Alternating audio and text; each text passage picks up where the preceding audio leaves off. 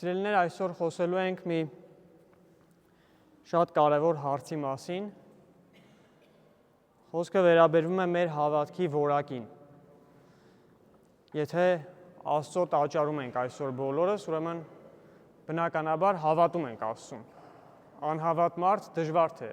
մեր մեջ լինի այս պահին, բայց հարց ինչպիսին է մեր հավատը, ինչպիսին է մեր հավատի որակը, և ինչպես ենք մենք հավատում, և ում ենք մենք հավատում, և մեր հավատը որքան կարող է մեզ փրկել փորձություններից։ Առաքյալը ասում է, որ դևերն էլ են հավատում են Աստծուն և զարհուրում են Աստծուց։ Ուրեմն մենք մեզ այս հարցը պիտի տանք, թե մեր և դևերի հավատի մեջ ինչ տարբերություն կա։ Եթե մենք էլ հավատում ենք Աստծուն և Աստծուն հակառակ ենք գործում, ուրեմն որևէ տարբերություն չկա։ Այսինքն մեր և մեր հավատի որակը մենք պետք է ստուգենք հենց մեր գործերով, մեր առօրյա կյանքով, մեր վարքով։ Ուրեմն շատ կարևոր հարցի մասին պիտի խոսենք, սիրելիներ, և այս հարցի պատասխանը մենք դրսից չենք կարող ստանալ։ Կան հարցեր, որոնց պատասխանը մենք դրսից ենք ստանում, չէ՞։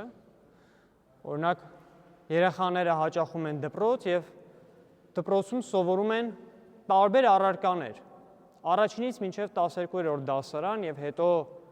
համալսարանում, ուսումնարանում և այլն։ Այս տարիների ընթացքում, որ կոչվում է կրթության տարիներ, աշակերտը կամ ուսանողը սովորում է բազում բաներ աշխարհի մասին, ամբարում է շատ մեծ տեղեկություններ, շատ մեծ ինֆորմացիա, և կարելի է ասել, որ գերազանց սովորող աշակերտը կամ ուսանողը ունակ է լինում ամեն ինչ իմանալու աշխարհի մասին, ահռելի ինֆորմացիայով է լցված լինում, բայց մի շատ կարևոր բան, որպես կանոն, բաց է թողնում։ Եվ սա է թերևս մեր ամենամեծ ողբերգությունը, մարդկության պատմության ամենամեծ ողբերգությունը։ Մենք կարծում ենք, թե չի կարող լինել ավելի մեծ ցավ, քան հուսահատությունը, քան տրտմությունը, քան աղքատությունը, հիվանդությունը կամ մահը, բայց փաստացի հոգևոր մարդու համար, առավել ևս հավատացյալ մարդու համար, կա մի առավել մեծ ցավ։ Դա այն ցավն է, երբ մարդ ճանաչում է աշխարհը, բայց չի ճանաչում ինքն իրեն։ Երբ մարդ ամեն ինչ գիտի աշխարհի մասին և ամեն ինչի մասին, բայց ինքն իր մասին ոչինչ չգիտի։ Եվ երկու կարևոր հարց բաց ենք թողնում. ով եմ ես և ով է Աստված։ Ինչ եմ ես ուզում Աստծուց և ինչ է Աստված ուզում ինձանից։ Մենք ամեն ինչի տիրապետում ենք, բայց այս հարցերին չենք տիրապետում։ Եվ իրոք ցավալի է այն մարդու համար, ով հասնում է իր կյանքի մայրամուտին և հասկանում, որ այս հարցերի մասին երբևէ չի մտածել։ Եվ մեր կրթության, մեր դպրոցների, մեր համալսարանների ամենամեծ թերությունը երբևէ, որ կարելի է նշել, հենց այս թերությունն է, որ աշակերտներին և ուսանողներին տալիս են ամեն ինչ, բայց երբևէ հարց չեն տալիս, մտածել ես քո մասին։ Ամեն ինչի մասին մտածում ես, քեզանից դուրս ինչ որ կա, այդ ամենի մասին դու մտածում ես և գաղափար ունես քիմիայից, ֆիզիկայից, մաթեմատիկայից, կենսաբանությունից, բայց քո մասին դու գաղափար չունես, ով ես դու, ինչի ես դու ընդունակ։ Եվ այսօր հենց սրա մասին պիտի խոսենք, սիրելիներ։ Հարց պիտի տանք ինքներս մեզ, թե ինչու ենք հավատում Աստծուն։ Երբ եկեղեցում ուրեմն տեսնում ենք հավատացյալների, որպես կանոն տարիքով հավատացյալների, սա ինչ որ զարմանք չի հարուցում, Որովհետև ինչպես նախորդ անգամ ասացինք մեր զրույցի մեջ, տարիքով հավատացյալները շատ ավելի լավ են սկսել գիտակցել կյանքի իրական համը և դրա համար ավելի մոտ են կառչած եկեղեցուն և Աստծուն։ Բայց երբ որ եկեղեցում տեսնում եմ երիտասարդ հավատացյալ տղաների կամ աղջիկների, սա զարմանք է առաջացնում, հետաքրքիր և հաճելի մի զարմանք, որովհետև հասկանալի է դառնում, որ ոչ մի երիտասարդի, մանավանդ այսօր 21-րդ դարում ոչինչ չի կարող ստիպել իր հագեցած առօրյան, իր հագեցած կենցաղը, իր ընկերներին, իր զվարճությունները, իր առօրյա աշխարհիկ կյանքը մի կողմ թողնել և գալ եկեղեցի, առավել ևս 2 ժամ տրամադրել պատարագի։ Էլ չեմ ասում, երբ որ պատարագից դուրս ուղղակի երիտասարդին տեսնում ենք եկեղեցում, ժամերով նստած եկեղեցում և աղոթելիս։ Բնականաբար այս երիտասարդի կյանքում ինչ-որ բան այն չէ ընթացել, այսպես ճակերտավոր ասված։ Այս երիտասարդի կյանքում Աստված է հայտնվել։ Մի ակնթարթ, շատ կարճ ակնթարթ թերևս այս երիտասարդը, այս մարդը զգացել է իր կյանքում Աստծո ներկայությունը, Աստծո շունչը իր ներսում առել է։ Եվ աղոթենք բոլոր այն մարդկանց համար, ովքեր դեռևս չեն զգացել Աստծո այդ շունչը, որովհետև նրանք մեր շուրջն են, չէ՞։ Մեր ընկերները, մեր հարազատները, մեր բարեկամները, մեր զավակները կամ մեր ծնողները, ովքեր դեռևս Աստծո շունչը չեն զգացել։ Աղոթենք իրենց համար, որ Աստված իրենց էլ հայտնվի, իրենց էլ ողորմի։ Բայց այստեղ հարցը վերաբերվում է այն մարդկանց, ովքեր զգացել են այդ շունչը և ցանկանում են նախանձախնդիր կերպով պահել այդ հավատը իրենց մեջ։ Սիրելիներ, ով է այն ծնողը կամ ով է այն այգեպանը օրինակի համար և իր այգում սերմեր կցանի և երբ որ սերմը ծիլ տա,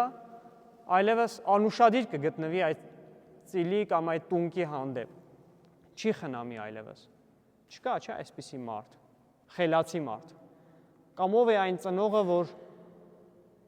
9 ամիս իր որովայնում կրելով իր զավակին, կծնի նրան և այլևս անուշադրության կմատնի, չկա չէ այսպիսի մարդ։ Նույնպես և մենք, եթե մեր ներսում հայտնվել է հավատքի կաթիլը, եթե մենք սկսել ենք հավատալ Աստծուն և ինչպես սկզբում ասացի, եթե մենք այստեղ ենք այս պահին, ուրեմն մենք հավատում ենք Աստծուն։ Ուրեմն շատ ուշադիր գտնվենք այդ հավատի հանդեպ իբրև նորածին մանկան, ինչպես նորածին մանկան անուշադրության չենք մատնի, ինչպես փոքրիկ ծաղիկին, որ տնկել ենք և սպասել ենք, որ դուրս գա հողի միջից, անուշադրության չենք մատնի և ոտնակոխ չենք անի, այդպես և մեր հավատի հանդեպ շատ ուշադիր պետք է գտնվենք։ Քրիստոս մի առակ է պատմում, կոչվում է Սերմնացանի առակը, և խորհրդանշական կերպով ասում է, որ գոյություն ունեն մարդիկ, ովքեր որ շատ մեծ ուրախությամբ ընդունում են Աստծո խոսքը այն վայրկյանին, երբ որ լսում են, մեծ ցնծությամբ, մեծ ոգևորությամբ ընդունում են այդ խոսքը, բայց շատ չանցած, երբ որ այդ խոսքը ընդունելու պատճառով նեղության մեջ են ընկնում, միանգամից մոռանում են Աստծո խոսքը։ Այս մարդկանց Քրիստոս նմանեցնում է այն սերմերին, որոնք ընկնում են քարերի մեջ և շատ արագ ծիլ են տալիս, աճում են, բայց երբ որ արև է դուրս գալիս, միանգամից չորանում են։ Ինչու՞, որովհետև արմատներ չունեն։ Եվ Քրիստոս ասում է, որ կան այսպիսի հավատացյալներ, որ շատ ուրախությամբ ընդունում են, բայց միանգամից էլ ետ են դառնում իրենց հավատքից, երբ ինչ-որ փորձություն է վրա հասնում։ Ուրեմն մենք պարտավոր ենք, սիրելիներ, մեր հավատը խնամել, մեր հավատքի հանդեպ ուշադիր լինել։ Ինչպես Մարիամ Աստվածածինը իր որովայնում կրեց մանուկ Հիսուսին և առաջին իսկ վայրկյանից մինչև խաչելության դրվագ այդ 33 տարիների ընթացքում ունեցավ եւ ուրախության պահեր, եւ ուրախության եւ ցնծության ակնթարթներ, եւ տրտմություններ։ Նույնպես մենք, եթե ընդունում ենք մանուկ Հիսուսին մեր սրտում, պետք է իմանանք, որ մեր կյանքը լցված պիտի լինի եւ զորավոր գործերով եւ հրաշքներով, մենք ականատես պիտի լինենք հրաշալի իրադարձությունների եւ ցնծությամբ պիտի ապրենք մեր կյանքը, բայց միևնույն ժամանակ նաեւ դժվարություններ պիտի տեսնենք։ Եվ պիտի զորանանք մեր հավատքի մեջ, որովհետեւ պիտի գա հրաշքներից եւ ուրախություններից հետո նաեւ Գեթսեմանիի գիշերը։ Պիտի գա Քրիստոսի խաչելության դրվագը եւ խաչը անխուսափելի է հավատացյալի կյանքից։ Մենք նաեւ պիտի ուշադրություն դարձնենք, թե ում ենք մենք հավատում, ինչպիսի Քրիստոսի ենք հավատում։ Երբեմն, երբ որ ասում ենք, մենք հավատում ենք Աստծուն, այս պատրանքը կա շատ հավատացյալներից մեջ, որ մենք ուզում ենք հավատալ միայն հաղթանակած Աստծուն, այն Աստծուն, այն Քրիստոսին, որ զորավոր գործեր է կատարում, որ հրաշքներ է կատարում միայն։ Բայց նույն Քրիստոսը նաև մարդկանց կողմից անարգվեց, նույն Քրիստոս նաև չարչարվեց, թուք ընդունեց իր դեմքին, ապտակ ընդունեց իր դեմքին եւ խաչվեց ու մեռավ մեր համար։ Ուրեմն մենք չպիտի այն պատրանքի մեջ լինենք, թե միայն զորավոր գործերի, միայն հրաշքների պիտի ականատես լինենք։ Այլ մենք պիտի իմանանք, որ խաչը, փորձությունները անխուսափելի են մեր կյանքից։ Բայց ինչ է Քրիստոս մեզ խոստանում։ Քրիստոս չի ասում, թե պիտի հեռացնեմ բոլոր փորձությունները քո ճանապարհից եւ գեղեցիկ կանաչ ճանապարհով միայն պիտի ընթանաս։ Այլ Քրիստոս ասում է, որ քո ճանապարհը, քանի որ ընտրել ես ինձ այս աշխարհում, նեղ է եւ դժվար։ Բայց քաջալերվիր, որովհետեւ ես հաղթեցի աշխարհին։ Քաջալերվիր, որովհետեւ ես ձեզ հետ եմ բոլոր օրերին մինչև աշխարհի վախճանը։ Քրիստոս չի խոստանում մեր ճանապարհից հեռացնել նեղությունները, բայց խոստանում է, որ այդ նեղությունների մեջ մեզ հետ պիտի լինի, մեր կողքով պիտի քայլի։ Եվ ինչպես այն հետաքրքիր առակ պատմության մեջ է ասվում, դժվարին ժամերին, դժվարին փորձության պահերին մեզ իր գիրկը առած պիտի անցկացնի այդ ճանապարհը։ Ինչպես 5 տակարանում մի հատված կա, երբ Աստված հրեաներին ասում է, որ ես ձեզ իմ թևերի վրա առած անցկացրեցի բոլոր փորձությունների միջով, ինչպես արծիվն է իր ձագուկին իր թևերի վրա առնում։ Այս պատմությունը երևի թե բոլորիդ ծանոթ է, հայտնի է, բայց մեկ անգամ եւս կցանկանամ հիշեցնել։ Աստված իրեն համեմատում է արծվի հետ, ով իր ժողովրդին, իրեն հավատացողներին իր թևերի վրա դնելով անցկացնում է փորձությունների միջով։ Ուրեմն արծիվը, մայր արծիվը, երբ որ տեսնում է, որ իր զավակի ժամանակը հասել է, իր ձագուկի ժամանակը հասել է, որ պետք է թռչել սովորի, ինչ է անում։ Բարձրացնում է մի շատ բարձր տեղ եւ այդ բարձր տեղից նրան ցած է գլորում։ Ինչի, որպեսզի թևերը բացվեն եւ թռչել սովորի։ Եվ իր ձագուկի կողքով թռչում է, մենակ չի թողնում։ Եվ այն ժամանակ, երբ զգում է, որ թևերը հոգնել են, անցնում է իր ձագուկի տակ եւ իր թևերի վրա է առնում իր ձագին, այնքան ժամանակ, մինչեւ թևերի ուժը վերականգնվի եւ նորից ինքնուրույն սկսի թռչել։ Եվ այսպես թռչել կսովորի ձագը։ Նույնպես եւ մենք, երբ որ տկար ենք լինում, երբ որ ցավոտ է լինում մեզ համար այդ դժվարությունները տանելը, Աստված մեր տակն է անցնում եւ մեզ իր թևերի վրա է բռնում։ Բայց երբ որ մենք կարող ենք լինում այլևս դիմագրավել փորձությունների, թվում է թե այսպես ճակերտավոր ասած Աստված մի կողմ է քաշվում, որպեսզի թույլ տա, որ մենք գործենք, որպեսզի թույլ տա, որ մենք հասունանանք։ Ինչպես նորածին մանուկը, չէ, երբ որ նոր է ծնվում եւ երբ որ մի քանի ամսեկան, տարեկան է լինում, այդ փոքրիկ մանկական սայլակներից են առնում իր ծնողները, որ դրանով քայլել սովորի։ Բայց երբ որ հարմարվում է արդեն դրան, գալիս է մի ժամանակ, մի տարիք, 3-4 տարեկան, երբ որ իր ձեռքից դա վերցնում են։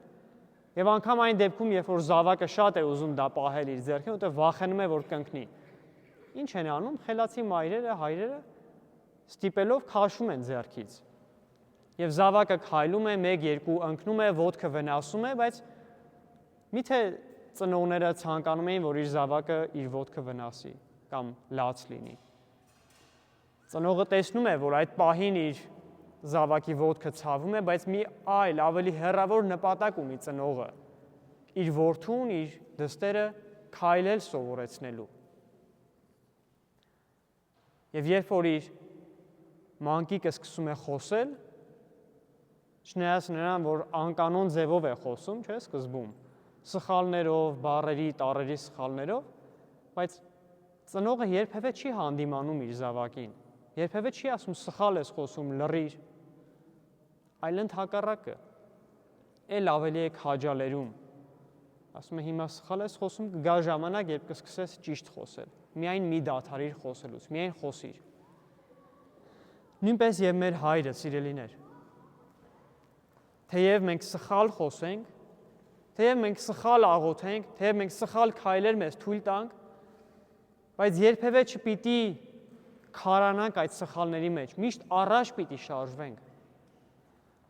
Եվ մեր հավատքի մասին, երբ մենք մտածենք, հենց այն գլխավոր հարցի մասին, որ այսօրվա մեր թեման է, ինչու ենք մենք հավատում Աստծուն։ Մենք հենց այս կարևոր հարցադրմանը պիտի գանք մեր կյանքի բոլոր օրերին։ Ինչու ենք մենք հավատում Աստծուն։ Երբ մեր հավատը կորցնում է իր բովանդակությունը եւ պահում է միայն իր ձևը, դա ամենավտանգավոր բանն է, սիրելիներ։ Հավատացյալ մարդու համար ի՞նչն է ամենավտանգավորը կյանքում։ Շեղվելը, ոչ թե կորցնելը հավատքը, այլ շեղվելը հավատքից։ Ոչ թե այն, որ այդ մարդը կկորցնի իր հավատը, այլ այն, որ կկորցնի իր հավատի բովանդակությունը, հավատի ձևը կպահի, կհաճախի եկեղեցի, պատարակներին, ժամերգություններին, նախանձախնդիր կերպով ներկա կգտնվի, բայց կմոռանա Աստծուն։ Հավատացյալ մարդու համար ամենավտանգավոր բանը հավատացյալ լինել, բայց Աստծուն մոռանալն է։ Եվ մենք ամենաշատը սրանից պիտի զգուշանանք, սիրելիներ։ Ինչպես առաքյալն է ասում, ամեն ժամ քննեք ձեր հավատը, թե ինչ մակարդակի մեջ եք դուք, որովհետև կարող է գալ մի պահ, որ մենք չզգանք էլ, թե դա ինչպես է կատարվում։ Օրինակ, Սերմնացանի առակից հետո Քրիստոս մի այլ առակ է պատմում, որոմների առակը, եւ ասում է, որ չարը, տեսնելով, որ կան մարդիկ, որոնց միջից Աստծո խոսքը չի կարողանում դուրս հանել, վերցնում է եւ Աստծո խոսքի վրա, այսինքն ցանված ցորենի սերմի վրա, ցանում է ինչ։ Որոմ,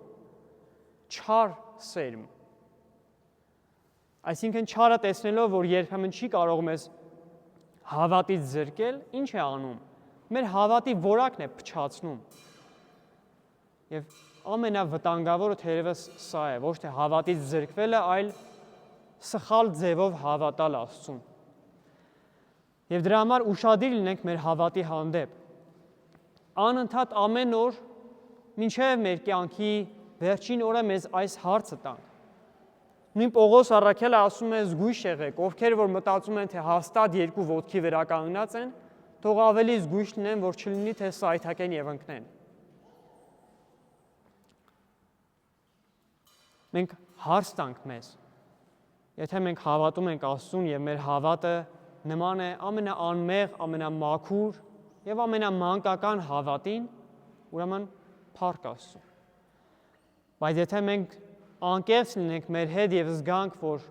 ինչ որտեղ կոշտացել է մեր հավատքը, ինչ որտեղ ավելի շատ մենք ձևին ենք նշանակություն տալիս, քան բովանդակությանը, ինչ որտեղ մեր հավատը դեֆորմացվել եւ փչացել է, այս դեպքում ավելի լավ է անկեղծ լինենք ինքներս մեր եւ Աստծո հետ եւ անկեղծորեն կանգնենք Աստծո դիմաց ու խնդրենք, ասենք Տեր, ինչ որտեղ տկարանում եմ հավատքից, ինչ որտեղ տապալվել եմ հավատքից։ Վերջում հիշացրու կասես։ Խնդրում եմ, որ օգնես ինձ, խնդրում եմ, որ հաստատես իմ հավատքը, որպեսզի ճիշտ ձևով հավատամ քեզ։ Եվ այդ ժամանակ շատ ավելի վստահ եղեք, որ մեր սրտում պիտի առկայծի այդ ճրագը, Քրիստոսի լույսը պիտի զգանք մենք մեր հոգում եւ սրտում։ Եվ այդ ժամանակ պիտի այն ուրախությամբ ապրենք, այն ուրախությունը պիտի զգանք, որ երբևէ չենք զգացել։ Եվ պիտի հասկանանք, որ իրական հավատը շատ ավելի մեծ է, քան մակերեսային հավատը, քան մշակութային հավատը, որովհետև երբեմն մենք հավատում ենք Աստծուն այն բանի համար, որովհետև այդպես հաճելի է մեզ, այդպես ձեռնտու է մեզ, կամ այդպես մեզ սովորեցրել են մեր հայրերը, կամ բոլորը մի կրոն ունեն, մենք էլ մի կրոն ունենանք, բոլորը եկեղեցի են գալիս, մենք էլ գանք եկեղեցի,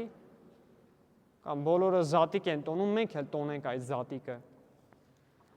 Բայց երբ որ մենք մեր մեջ ճշմարտապես ծնունդ տանք Քրիստոսին եւ ուշադիր լինենք մանուկ Քրիստոսի հանդեպ, այդ Քրիստոս պիտի մեծանա մեր մեջ, պիտի հրաշքներ գործի, պիտի զորավոր գործեր անի մեր միջոցով եւ մեր մեջ, եւ երբ որ գա ժամանակը պիտի նաեւ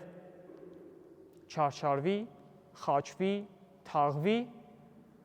բայց չպիտի հուսահատվենք, որովհետև նույն Քրիստոս, որ մեռավ եւ խաչվեց, պիտի երրորդ օրը մեր մեջ տոնի իր հարությունը,